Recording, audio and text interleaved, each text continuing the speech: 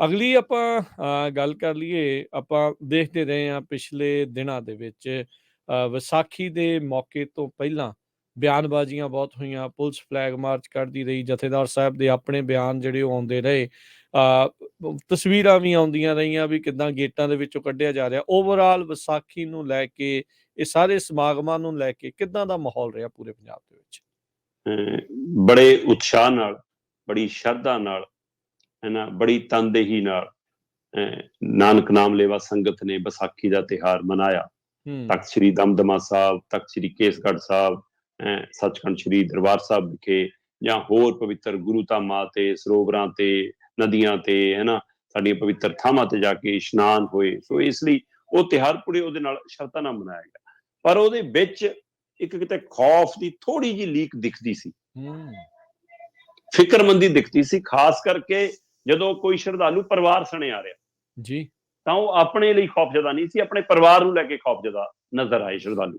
ਉਹਨਾਂ ਨੂੰ ਫਿਕਰਮੰਦੀ ਇਹ ਸੀ ਕਿ ਅਸੀਂ ਆਪਣੀਆਂ ਬੱਚੀਆਂ ਨਾਲ, ਆਪਣੇ ਬੱਚਿਆਂ ਨਾਲ, ਆਪਣੇ ਜਵਾਕਾਂ ਨਾਲ, ਬਜ਼ੁਰਗ ਮਾਵਾਂ ਨਾਲ, ਭੈਣਾਂ ਨਾਲ, ਧਰਮ ਪਤਨੀ ਨਾਲ ਅਸੀਂ ਜਦੋਂ ਮੱਥਾ ਟੇਕਣ ਆ ਰਹੇ ਹਾਂ ਤਾਂ ਉੱਥੇ ਪੁਲਿਸ ਦਿਖਦੀ ਆ।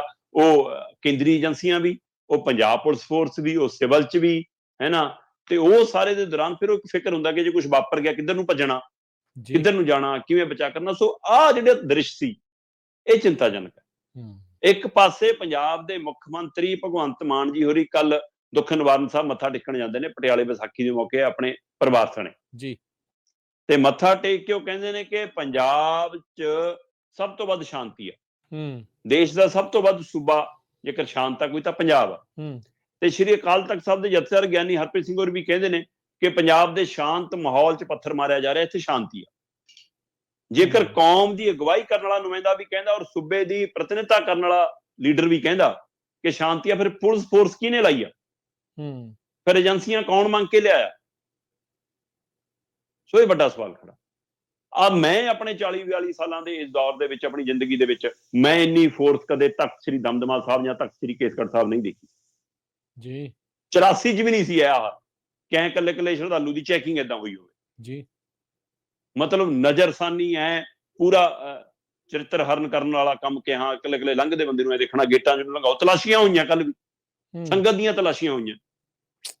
ਸੋ ਇਸ ਲਈ ਇਹ ਵੱਡਾ ਸਵਾਲ ਹੈ। ਜੇਕਰ ਤੁਹਾਡੇ ਕੋਲ ਕੋਈ ਇਨਪੁਟ ਹੈ ਤਾਂ ਤੁਹਾਡੇ ਕੋਲ ਜਿੱਥੋਂ ਬੰਦੇ ਨੇ ਆਉਣਾ ਉੱਥੇ ਜਾ ਕੇ ਫੜ ਲਓ ਨਾ।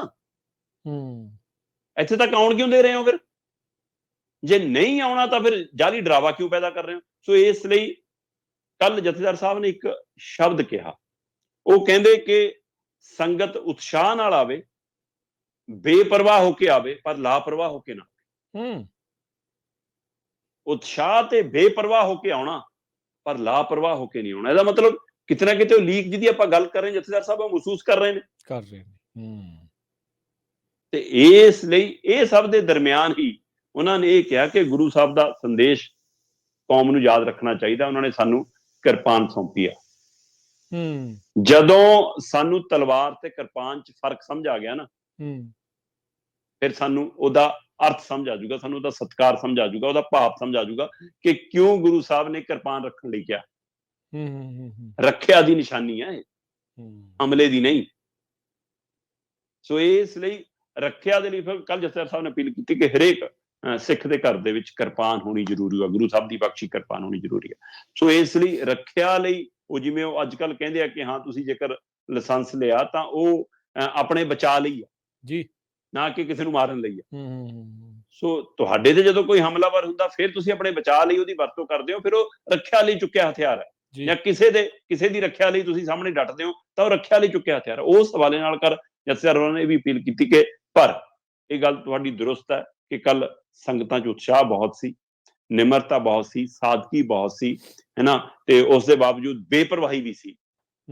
ਪਰ ਉਹਦੇ ਨਾਲ ਖੌਫ ਵੀ ਕਿਤੇ ਨਾ ਕਿਤੇ ਮਹਿਸੂਸ ਕੀਤਾ। ਉਹ ਪਰਿਵਾਰਾਂ ਨੂੰ ਲੈ ਕੇ ਸੀ, ਆਪਣੇ ਆਪ ਨੂੰ ਲੈ ਕੇ ਨਹੀਂ ਸੀ। ਵੱਡੀ ਗਿਣਤੀ 'ਚ, ਲੱਖਾਂ ਦੀ ਗਿਣਤੀ 'ਚ ਸੰਗਤਾਂ ਨੇ ਦਮਦਮਾ ਸਾਹਿਬ, ਲੱਖਾਂ ਦੀ ਗਿਣਤੀ 'ਚ ਤਖਤ ਸ੍ਰੀ ਕੇਸਗੜ੍ਹ ਸਾਹਿਬ, ਦਰਬਾਰ ਸਾਹਿਬ, ਦੁੱਖ ਨਿਵਾਰਨ ਸਾਹਿਬ ਤੇ ਹੋਰ ਸਾਡੇ ਜਿੰਨੇ ਵੀ ਇਤਿਹਾਸਕ ਧਾਰਮਿਕ ਸਥਾਨ ਨੇ ਉੱਥੇ ਵਿਸਾਖੀ ਦੇ ਮੇਲੇ ਵੀ ਲੱਗੇ, ਗੁਰੂ ਘਰਾਂ 'ਚ ਦੀਵਾਨ ਵੀ ਸਜੇ, ਕੀਰਤਨ ਵੀ ਹੋਏ, ਬਾਣੀ ਦਾ, ਗੁਰਬਾਣੀ ਦਾ ਅਥਾਹ ਪ੍ਰਚਾਰ, ਅੰਮ੍ਰਿਤ ਦੀ ਵਰਖਾ ਵੀ ਹੋਈ। ਸੋ ਇਸ ਲਈ ਉਹ ਸਾਰਾ ਵਰਤਾਰਾ ਉਵੇਂ ਵਾਪਰਿਆ, ਪਰ ਉਹਦੇ ਵਿੱਚ ਬਸ ਕਿਤੇ ਨਾ ਕਿਤੇ ਦੁੱਖ ਦੇ ਰਿਹਾ ਸੀਗਾ ਜਿੱਥੇ ਪੁਲਿਸ ਤੇ ਨੀਂਹ ਫੌਜੀ ਦਸਤੇ ਤੇ ਸੁਰੱਖਿਆ ਟੀਮਾਂ ਤੇ ਬੈਰੀਗੇਡ ਜਿਹੜੇ ਨਜ਼ਰ ਆ ਰਹੇ ਸੀ, ਉਹ ਫਿਕਰਮੰਦੀ ਪੈਦਾ ਕਰ ਰਹੇ ਸੀ। ਤੇ ਉਹ ਮੁੱਖ ਮੰਤਰੀ ਕਹਿਣ ਤੇ ਕੌਮ ਦੇ ਮੁਖੀ ਕਹਿਣ ਕਿ ਨਹੀਂ ਪੰਜਾਬ 'ਚ ਸ਼ਾਂਤੀ।